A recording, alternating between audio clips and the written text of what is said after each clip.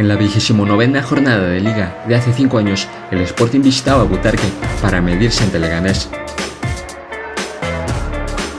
En el minuto 12, Juan Muñiz lanzó una falta lateral que Fernando Velasco peinó hacia atrás con la mala fortuna de introducir el esférico en su propia portería.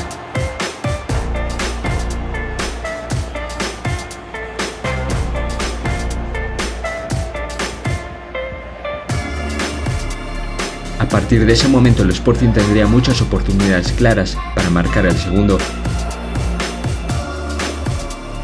mientras el conjunto madrileño tímidamente se acercaba a la meta rojiblanca.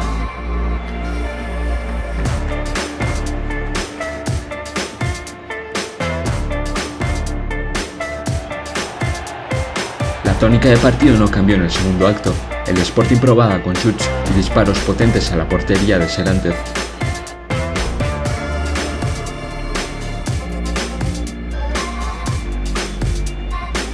La primera gran oportunidad de los locales llegó en el minuto 70 tras una gran jugada pepinera que culminó con el disparo de Borja Lázaro y la gran intervención de Alberto García.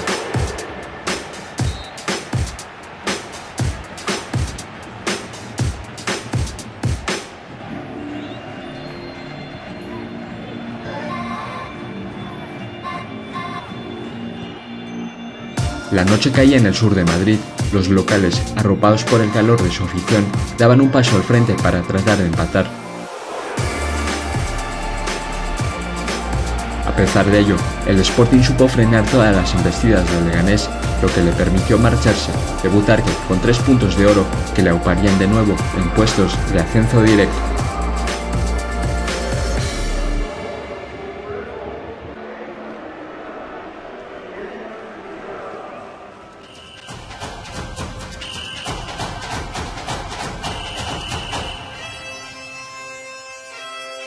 A lo largo de estos vídeos recordaremos jornada por jornada lo que sucedió hace 5 años con el Sporting de los Guajes, en una temporada sufrida, pero con un final más que feliz.